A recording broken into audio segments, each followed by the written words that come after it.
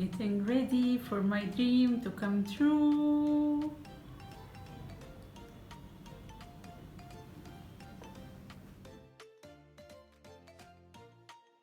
هلو. اكتر حاجه بسطاني ان الفيوز على الشانل بقت اكتر يوم الاربع، عشان ده اليوم اللي انا بوعدكم اني انزل فيه فيديوهات. هاويفر ما بنزلش دايما يوم الاربع. وشكرا اللي بعتولي قالوا لي ليه ما نزلتيش الاسبوع اللي فات. ما نزلتش الاسبوع اللي فات عشان كنت بخلص البلوفر اللي بعمله لنفسي اخيرا، وخلصته اخيرا. فان شاء الله ان شاء الله ان شاء الله الفيديو الجاي اللي هو اخر فيديو في 22 هيكون فيديو البلوفر. لو انتوا بتتفرجوا على الفيديو ده متاخر هتلاقوه طالع فوق هنا او هنا، ولو لسه الفيديو ما نزلش فاعملوا سبسكرايب ودوسوا على الجرس واختاروا كلمه اولى عشان اول ما ينزل تشوفوه، لان انا متحمسه جدا لفيديو البلوفر. النهارده بقى هحكي لكم عن احلى حاجه حصلت في 2022 بالنسبه لي، وهي جونيورز. كل واحد فيكم ماشي اوكي. واكتر حاجه مخليني متحمسه جدا جدا للفيديو ده اني عارفه ان الجونيورز هيتفرجوا على الفيديو، هيشوفوا الفيديوهات اللي انا كنت بصورها لهم طول فتره الاستضافه هنا لاول مره دلوقتي. وعايزه اقول لكم ان انتوا وحشتوني هنا وايتن وسليم وصفوت بجد.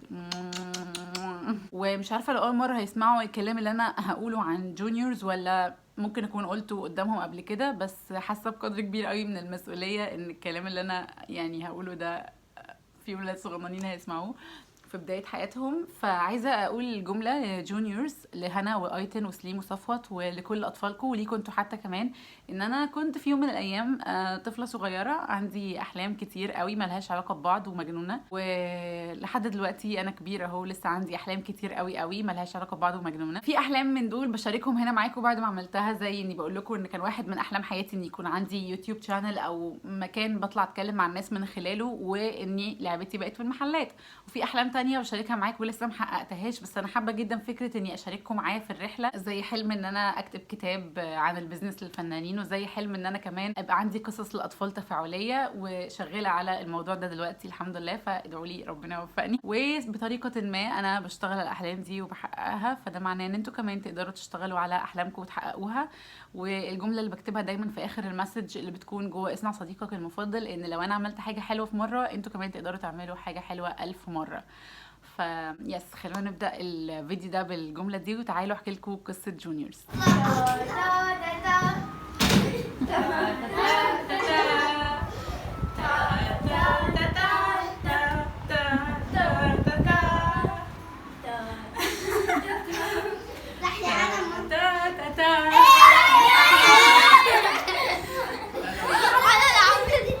في مشهد بقى دايما بتخيله، وده واحد من اكبر احلامي وليه علاقه بجونيورز، وبتخيله دايما باختلاف اللوكيشن. كنت كتبت مره بوست عن الموضوع ده على فيسبوك، انه يا سلام لو اعيش في جبل، انا بحب الجبال جدا، واقضي طول النهار مع الاولاد بتوع المنطقه بنعمل ارت وكرافتس من خامات موجوده حوالينا، واكون بصور وبعمل ديلي فلوجز للحاجات اللي احنا بنعملها كل يوم، واروح البيت اقضي طول الليل بادت في الحاجات اللي انا صورتها، واحط الكلام ده على يوتيوب، وده يبقى الديلي روتين بتاعي، وساعتها هتكون اتعشت. ساعات تانية كنت بتخيل ان انا ممكن اكبر وحياتي تبقى حياة عادية جدا، ويبقى عندي اطفال واسرة والكلام ده، بس ساعتها بقى ممكن يكون عندي بيت كبير بجنينة، وبرضو اجمع الاطفال بتوع المنطقة ونقضي طول اليوم بنلعب وبنخترع العاب وبنعمل فري اكسبريسنج. يعني اكبر الفاليوز اللي في حياتي هي الفري اكسبريسنج، حتى من قبل ما اعمل اصنع صديقك المفضل. عشان كده يعني انا مؤمنه دايما بان احنا نغذي السبكونشس بتاعنا او عقلنا اللاواعي بالافكار اللي احنا مؤمنين بيها، وبعدين هنلاقي حاجه طلعت مره واحده. ممكن احنا نفتكر ان هي طلعت مره واحده، بس هي بتبقى بيحصل لها بروسيسنج بقالها كتير قوي في اللاواعي بتاعنا. فعشان ما دخلكوش في متاهات كتير، هو ده الشكل المثالي اللي انا كنت متخيلاه لحياتي. ليتلي بقى انا بقى عندي اصنع صديقك المفضل، طلعت في كورونا زي ما انتم عارفين، علشان تبقى ورشه لتصنيع العرايس المتحركه عن بعد. فهو صندوق بيوصل للناس للبيت فيه كل الخامات والادوات اللي هم محتاجينها عشان يعملوا العرايس، اطفال وكبار وكل الناس. وعلى يوتيوب هنا بحط توتوريالز او فيديوهات تعليميه بحيث ان الناس تشوفها عشان تعمل العرايس بتاعتها لو هم عايزين يعملوها بشكل معين، ولو عايزين يعملوها باي شكل هم عايزينه ويعملوا بقى زي ما بقول لكم فري اكسبريسنج، فعندهم المساحه دي. لما خلصت الحمد لله كورونا، ربنا لا يعيدها، رجعت اعمل ورش اوفلاين في اماكن بقى باصنع صديقك المفضل، وبعدين بقيت بقابل الولاد 3 ساعات بتوع الورشه، فبقيت الاحظ الاختلاف بتاع شخصياتهم من اول ال3 ساعات لاخر ال3 ساعات، بمجرد ما بشيل من عليهم الخوف بتاع ان هم يعملوا حاجه غلط، او ان هم ما يطلعوش العروسه صح 100%، او ان هم ما يعملوهاش بني ادم، او ان هم يعملوها مش حلوه، او ان هم ما يعملوهاش زي الصوره اللي في الجايد بالظبط. لو لاحظت ان هم بقى عندهم انفتاح قوي اكتر من اول الورشه، والورشه دي كلها مدتها بيكون 3 ساعات، فكنت عايزه يبقى في حاجه تجمعني مع اولاد لمده اطول من 3 ساعات، ونقدر ان احنا نعمل فيها افكت اكبر. كل ده انا ناسيه خالص الحلم اللي انا بكلمكم عنه في البدايه، بتاع ان انا نفسي يبقى عندي ولاد وبنعمل فري اكسبريسنج ونشوف حاجات حوالينا وبنعمل بيها والكلام ده. فابتديت ان انا امشي في السكه التقليديه، اني سالت ناس اصحابي بيشتغلوا مدرسات رسم، قلت لهم هل ممكن اشتغل مدرسه ارت في مدرسه بس بارت تايم، يعني اروح احضر حصص معينه اديها للولاد وامشي.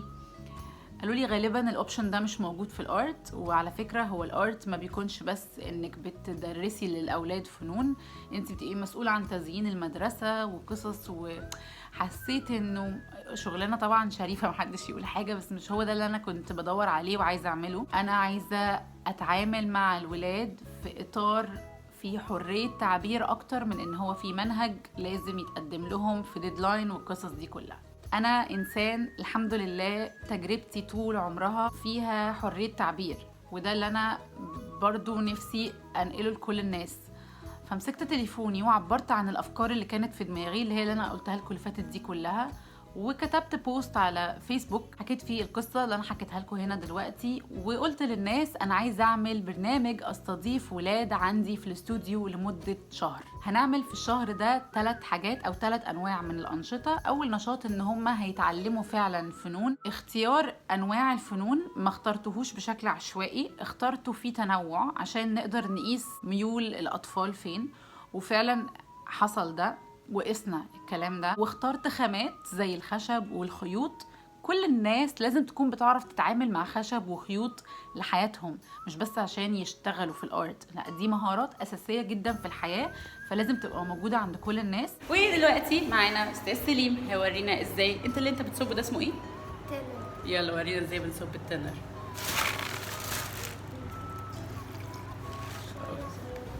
اوكي، وبعدين بنعمل ايه في الازازه عشان هنقلبها. طب بس نغطي الازازه الاول عشان التنر ما يطيرش. لا مش العلبه، الازازه بتاعت التنر. ايوه يلا الخام بتاعها اللي بنقلب بيها اهي.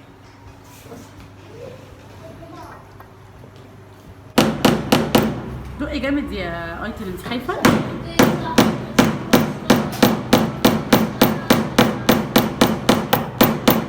انا خايفه على الخشب. دقي جامد، هو كده مش هيطلع.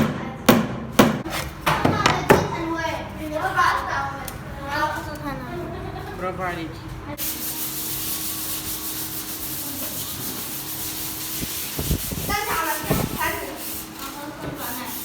كله بقى ناعم. خلاص خليها مكانها يا ياسمين. ما هي كده طالع منها دايره. اه بس انا ساعات بشوف اراجوز بيبقى الطاقيه بتاعته عامله كده وطالع منها حاجات عامله ساعات كده. ساعات دي الباروكه بتاعته، وبعدين نحط دايره في اخر كل واحده منها. هي دي الباروكه بتاعتها. انت عايز تعمل مين؟ قصدي دي ولا دي؟ انا قصدي دي اصلا. ماشي. طيب بس تعالى نقول كده ان دي البتاع بتاعتنا اللوحه. ماشي ماشي. وبعدين خد كده ارسم جواها بقى الرسمه بتاعتك الرسمه بتاعتي اللي هي دي.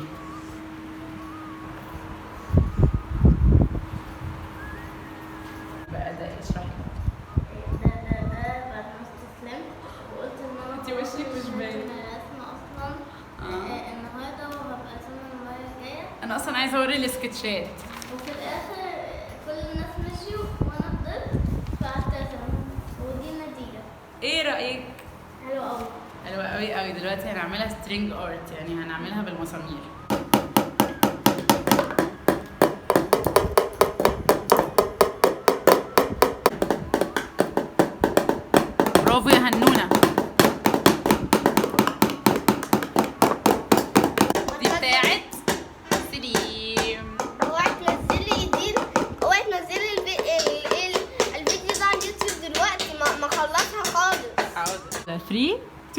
1. خطيرة، كله يسقف لها. سقف لها. سقف البتاع مش عايز المسمار يقع. برافو يا ايتونه. بريك بقى، نساعد هنا وبعدين نرجع نلف خيط. يلا بينا.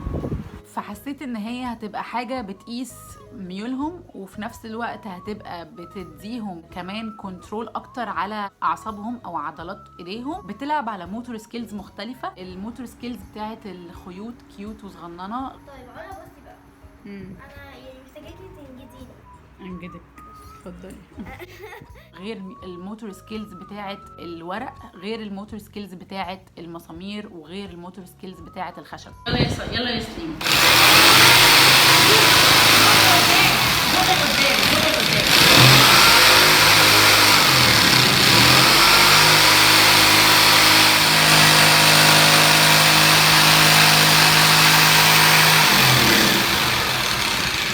مش عايز تجرب؟ ده ممتع لدرجة عارف حمام السباحة، هو زيه بس بيتنشل حمام السباحة. ويتعلموا فيها السيفتي ويحسوا بثقة في نفسهم لما يلاقوني سايباهم عادي جدا يستخدموا منشار، يستخدموا صنفرة بالكهرباء، يشيلوا يحطوا. انا شخص هادي شويه في الحاجات دي، الاهالي بيبقوا شويه خايفين، فدي كانت نقطه يعني مفيده جدا للاولاد. وحتى الاهالي بيبعتوا لي يقولوا لي الولاد يعني خلاص بقوا ناويين يعني لما نيجي نبيض الشقه بعد كده هم اللي يعملوا كده. فكنت مبسوطه جدا بالامباكت بتاع الموضوع ده على الولاد. النوع التاني من الحاجات اللي قلت لهم ان احنا هنعملها وهي بقى قريبه مني اكتر. بصوا احنا كل ما بنقول حاجه بتبقى اقرب من اللي قبلها، فدي اقرب مني اكتر واللي بعدها اقرب يعني. فالنقطه دي كانت فكره الفري اكسبريسنج، او ان هم هيلاقوا مكان فيه خامات كتير قوي. انا بحب اجمع خامات كتير قوي. تعمل ايه؟ انا كنت عايزة اسألك سؤال يا عمر. اتفضل. انا عايزة العب بالعرايس. هنلعب بالعرايس المره الجايه.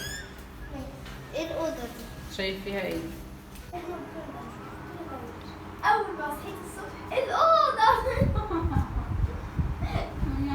أنا مكانك يا هنا.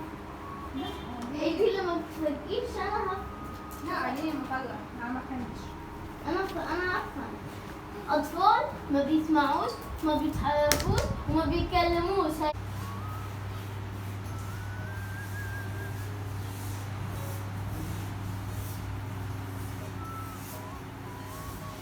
بقى في نوع من ما تيجوا نشوف ممكن نعمل ايه. لان اي حد بيروح يحضر ورشه كبير او صغير بيبقى قدامه جزء ليميتد كده من الخامات وهو بيلعب في النص. واصلا يعني غالبا ما بيبقاش بيلعب كمان، غالبا بيبقى رايح عشان يتعلم يعمل حاجه معينه. فانا كنت عايزه اشوف، ما تيجوا نشوف ايه اللي ممكن يطلع. ده ما عندوش مدرب، احنا من المدرب. لا عشان انا مش عارفه الحته اللي انت عايزاها قد ايه. حته كبيره شويه. تعالي بس بصي يا سليم، انا عندي فكره. القصه على الخلفيه اللي فيها رسومات كتير مش باينه، ايه رايك تحط لها حته لون ساده تحتيها؟ يعني مثلا نحط حته لون ساده نلزق عليها القص وبعدين نلزقها مكان ما انت عايز كده، لون مثلا احمر او اصل انا عايزه الزقها يعني كده. انا حاسه ان هي مش باينه قوي. باينه. خلاص ماشي زي ما انت عايز. انا لسه اعرف دي على دي لمبه، لمبه نعمل باللمبه. يعني لو جات لك فكره مثلا عايز تستخدم لمبه ولا حاجه. على فكره انت ممكن تعملي اي كرتون انت مش عايزاه تعملي بيها بيت وتحطي فيها اللمبه. ايوه انا بجرب كده. محمد صلاح. انا وانا صغيره كنت بلعب في الشارع، وده يعني اثر جدا في شخصيتي واثراها. فكره انه انت بتعمل حاجه مش متخطط لها قبل كده وبتقع في مشاكل انت اللي حطيت نفسك فيها وبعدين انت اللي بتحلها. وبعدين اللي بيلعبوا في الشارع بيبقوا اجيال مختلفه، يعني مش كل الناس اللي بتلعب قد بعض.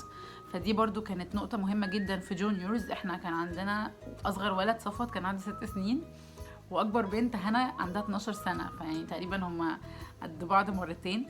وانا كنا كلنا بنلعب مع بعض. الاتش اهم حاجه الاتش. معرفش ما توصلي ايدك كده يا ايتي ثانيه. واو، اسمك صايع. ورينا بتعمل ايه. الكلمة دي جديدة عامة. انا مش عارفه ادخل صباعي جوه. دخل الاخر. في اكتيفيتي معين عملناه كان كل واحد فينا بيعلمنا نعمل.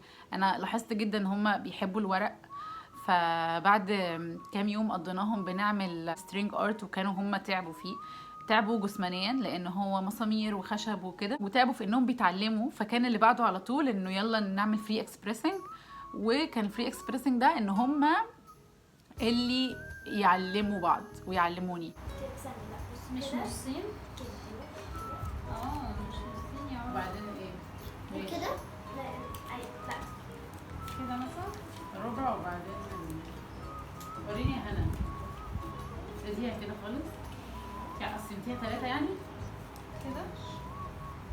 كده يا علا؟ عملتها كده. خليها هنا كده؟ كلها. خليها هنا كلها. بعدها اتنيها تاني صح؟ بعدها اتنيها هتكون كده وبعدها كده. فلقيت ان هم اكتر حاجه بيحبوها كانت الورق، فعملنا نشاط ان كل واحد فينا هيعلمنا نعمل حاجه جديده بالورق. فبقى صفوت اللي عنده 6 سنين هو اللي بيعلمنا كلنا، بيعلمني انا عندي 26 سنه، وبيعلم اخوه اكبر منه، وبقى واخد الاكسبوجر ان هو اللي بيعلمنا واحنا بنساله. ف يس، كانت من اكتر الالعاب اللي كانت لذيذه بالنسبه لي. ايوه،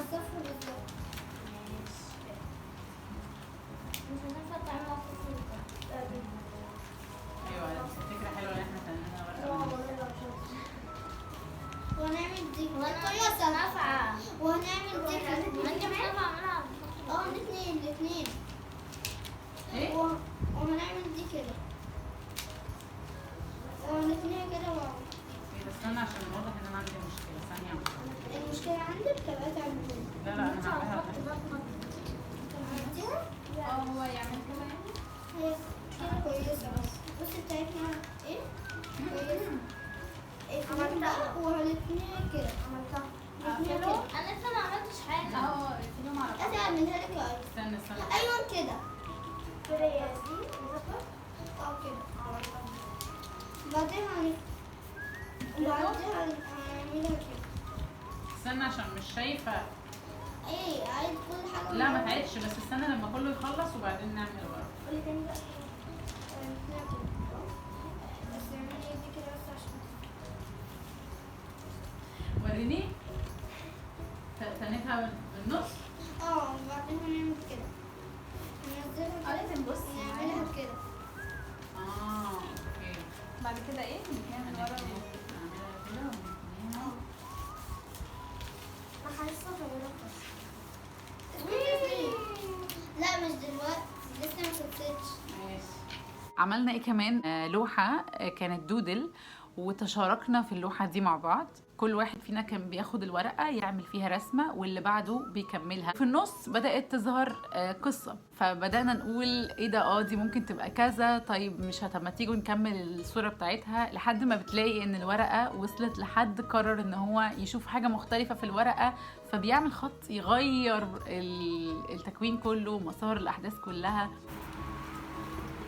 خليتها أراجوز؟ لا فكرة ده. لا بقى. نايمة. طب هات القلم لو سمحت. ممكن اعمل حاجة دلوقتي هتخليكم كلكم تزعلوا قوي. وهتخلي الناس كلها تتبسط قوي. هعمل حوالين دي دايرة واسم الناس حد عملاق كده يبقى واحدة بتحلم. استني. انا فاكرة كنت بفكر اعمل كده. ايوه كنت بفكر اعملها تابوت. وانا كنت استنوا بقى عشان انا افكر. اعمل حاجة اوخف.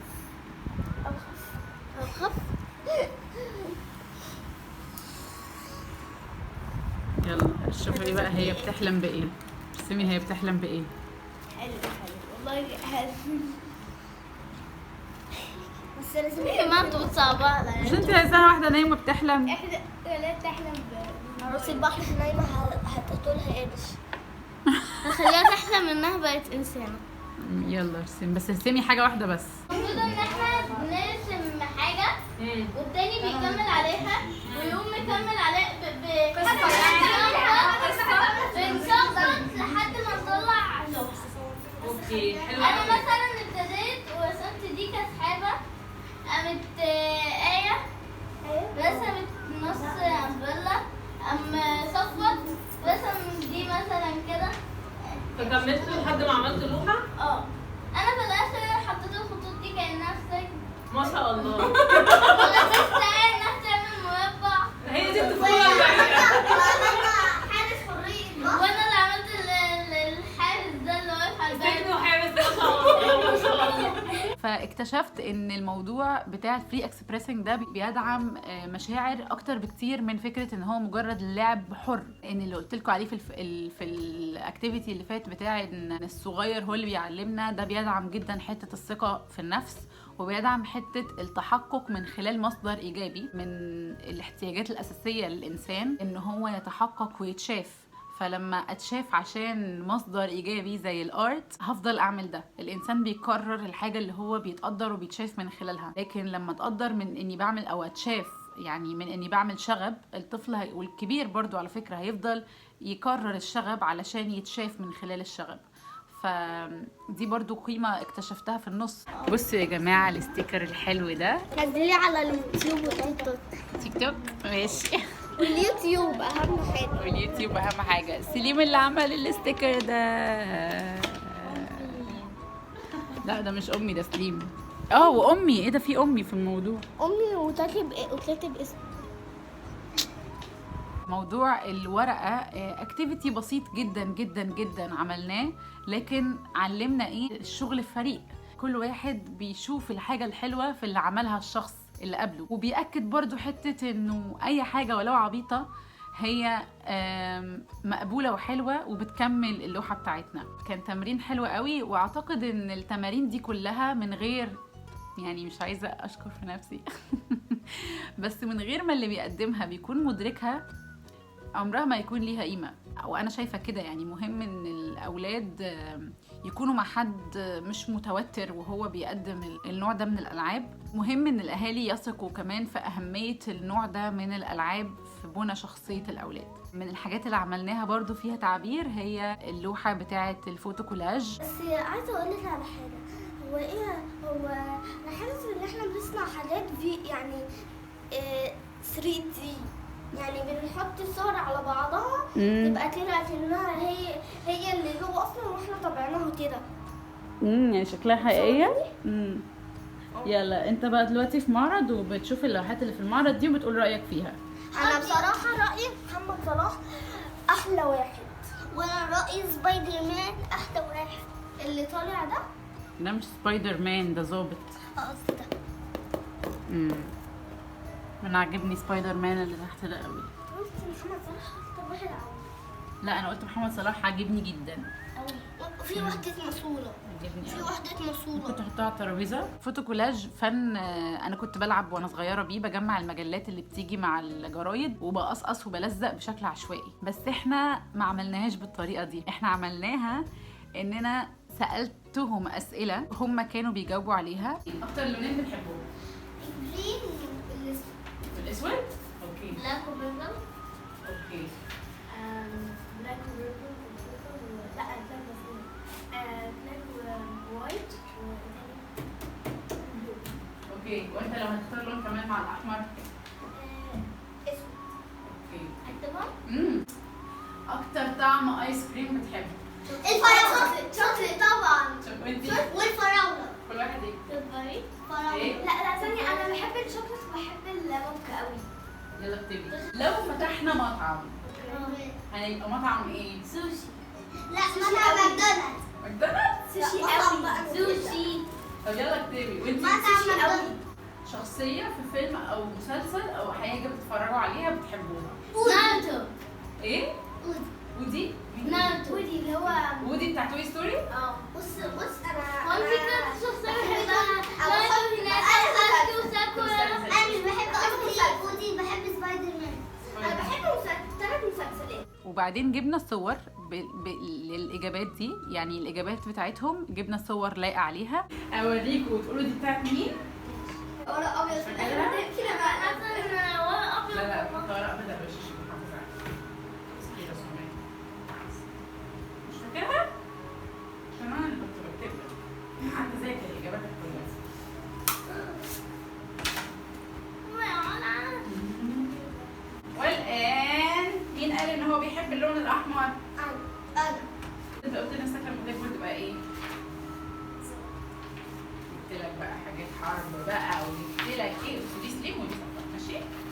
ايه اكتر شخصيه كرتون بتحبها؟ سبايدر مان. جبت لك صور سبايدر مان. لا بس انا صفوت قلبي شايفه فاكر. انا بقى سوشي. انا قلت السوشي. لون بيربل ايس كريم. وبعدين بقى انمي كتير قوي طبعا. انمي كتير على مهلك على مهلك. مبسوطين؟ مش عايزه اوصلهم، عايزه اخليهم كده على ما احنا هنلزقهم بقى على لوحه، انت بقى تليقهم على بعض زي ما انت عايز. عايزين تبداوا كده ولا تبداوا مسامير؟ وبدأ كل واحد يقصقص ويلزق اللوحة بتاعته أو الصور بتاعته عشان يطلعوا كل واحد تكوين شبههم. حلوة قوي. طب الزقهم عشان ما يطيروش عشان كده. طب ايه رأيك في الآخر؟ ممكن تغير رأيك، خليهم وحطهم كده على جنب بنفس الحركة، بس هي فكرة حلوة قوي. بس انا بصراحه كنت عاوزه اعمل دي اكتر حاجه. انت عايز تعمل دي؟ جايالك.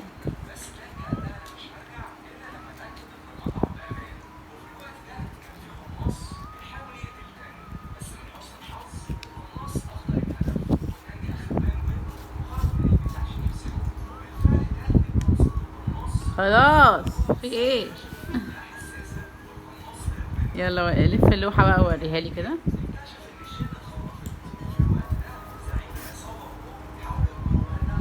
فالأسئلة كان فيها أسئلة عن اللون المفضل، الأكلة المفضلة، الحيوان المفضل، البلد اللي نفسه يزورها، المشهور اللي بيحبه. فأولا ده برضو وعي ذاتي، كل واحد بيسأل نفسه أسئلة ممكن ما يكونش سألها قبل كده، فده بيدعم جدا فكرة ان انا أسأل نفسي انا ايه ذوقي، وبيخلي الولاد تاخد اكسبوجر برضو ان كل واحد قاعد بيتكلم عن نفسه. ده ما بيحصلش خالص في الفصول، يعني مهما كانت المدرسة اللي ولادكم فيها فظيعة ما بيبقاش في فرصة ان كل واحد ياخد الوقت الكافي انه يفكر ويقول ذوقه الحقيقي. وبعد ما نجيب الصور، لو كلنا حتى جايبين نفس الصور، مش كلنا هنعمل لها بريزنتيشن بنفس الشكل. اللوحات اللي انتوا شايفينها قدامكم دي عملها اولاد عندهم 6 سنين و8 سنين. طبعا ده غير مهارات التحكم في المقص وغير ديزايننج سكيلز، هي كلها تميز فردي وتعبير عن النفس، من اول انه ايه اجابتك على السؤال، لحد اختيار الصور، لحد اختيار مكانها في اللوحة، لحد القصقصة والتلزيق. كل واحد حتى كان بيبريزنت الحاجات بشكل مختلف تماما. كنت منبهرة بيهم قوي بصراحة. انا بجد جونيورز ده احلى حاجة حصلت في حياتي يا ولاد. بحبكم بحبكم بحبكم، انتوا شاطرين قوي. يا صفوت وحشتني. عايزه اقول لكم ان جونيورز كانوا مسيطرين على حياتي لمده شهر، يعني الشهر ونص اللي هم كانوا فيها في حياتي. حتى واتساب، يعني هو واتساب كان جونيورز. تالت حاجة كتبتها للأهالي في البوست إني عايزة أشاركهم في شغلي وأوريهم البيهايند ذا سين بتاعت شغلي ويساعدوني في الباكينج والكلام ده كله. وبصراحة ما كنتش متخيلة إن دي أكتر حاجة هيبقوا متحمسين جدا ليها، لدرجة ان احنا عملناها اوريدي اول يوم. يعني انا خيرتهم اول يوم تحبوا نبتدي بايه، كلهم اختاروا نبدأ بان احنا نعمل باكينج للكراتين. هنعمل الاثنين ماشي، بس مين الاول؟ بوكسز، عشان الرسم بقى هيكون كتير بقى وتعب. ايه؟ فين شخصيتي؟ صفوت بوكسز ولا سترينج ارت زي المراية؟ بوكسنج؟ حلو قوي بلاستيكي. احنا دلوقتي بنقص ده عشان نحطه في العلب، عشان احنا دلوقتي هنعمل علب اسمها خليطة الجبار. لا ده هنعمل اوردر. ايوه نعمل اوردر. ايش اشتغل؟ شد يا صفوت، شاطر. بص خلصتوا؟ يعني وانا شايفه ان هي فاليو جميله قوي او اضافه جميله جدا لاصنع صديقك المفضل، ان كان في عدد معين من الكراتين اللي عامل لها باكينج اطفال وبعدين راحت لاطفال تانية او ممكن يبقوا كبار، بس انا دايما بحب اقول انه اطفال من 7 ل 70. however اللي بيستخدموها من 3.5، بس انا بحب دايما اقول انه احنا كلنا اطفال بس كبار شويه. ايوه بس خلي حته قدام. لا انا عملتها. كده خليت الفقاقيع لفوق، احنا عايزين الفقاقيع خبطه في العلبه، يعني الناحيه الناعمه دي هي اللي ناحيتنا. ايوه انا عملتها كلها زي كده. انا عملتها صح. سليم شطور، صفوت شطور، بس عايزين بقى ايه نخليها لازقه في العين. التداول الفقاعة دي بتهدي الاعصاب قوي. عايزه اديها منهم. طيب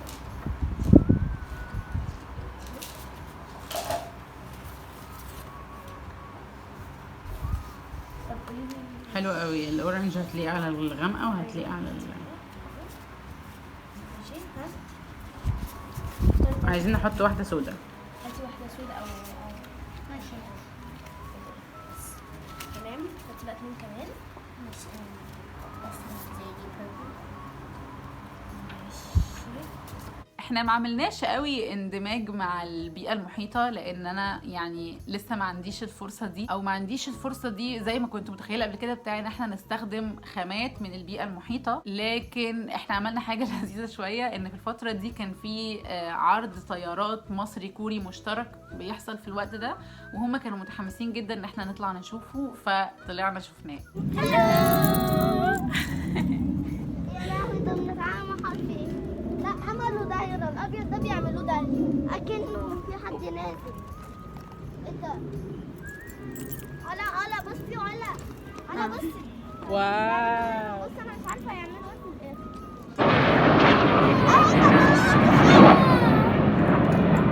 أنا حاسس اللي هما مطلعين كده إيه؟ يعني ريش مطلعينها. لا هما بيعملوا افتتاح للهرم والمتحف.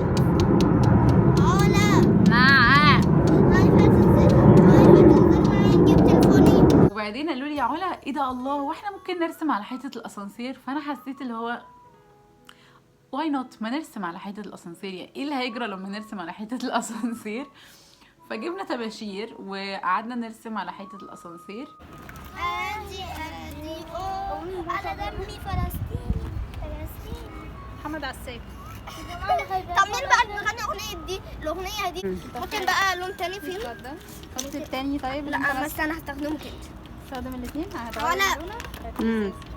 ولا طب هو احنا لو حطينا الطباشير دي في الميه ايه اللي هيحصل؟ اللون هيتحول للطباشير اللي انت حطيتها. كانوا عايزين ان هم يكتبوا اساميهم، بس انا قلت لهم بقى عشان برضو بحس ان يعني دي بقى يعني دي من عندي بقى، بس بحس ان احنا لازم نحط ادرينالين في حياتهم somehow.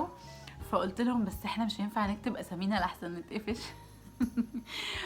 فكتبنا ان احنا اول ناس تطلع السطح بس من غير ما نكتب اسامينا عشان ما نتقفش. اكتبي طلعوا على السطح. انا كتبت اول ناس طلعوا على السطح. كتبت اول ناس طلعوا على السطح. ناس طلعوا على السطح. فحسيت لو ادرينالين ما بيضرش حد، ما تخلينا نرسم على حيطه الاسانسير، يعني ايه اللي هيجرى يعني؟ وانا معصبه. في ناس متهوى. ده ايه ده بقى؟ انا مصر. اوكي تعالى. مش فاهمين. ما احنا اسفين. خلاص بحبك يا صفوت. يلا خلاص. كانت تجربة حلوة قوي تجربتي مع جونيورز. I was so impressed. ولحد دلوقتي هي احلى حاجة بالنسبة لي حصلت في 2022. سنة حلوة يا جميل. سنة حلوة يا جميل. سنة حلوة يا صديقي المفضل. سنة حلوة يا جميل. يلا حلم بلم ايوه ابو الفصل. ايوه عيد ميلاده الليلة اسعد الاعياد. فليحيى ابو الفصل.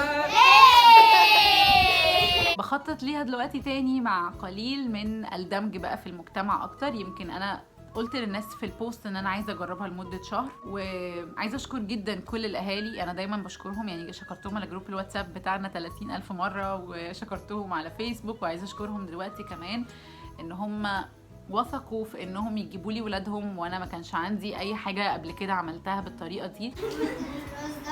حلوة قوي. الصورة دي تحفة. جميل. انا قاعده في الاوضه عندك. نعمل ايه تاني؟ واو.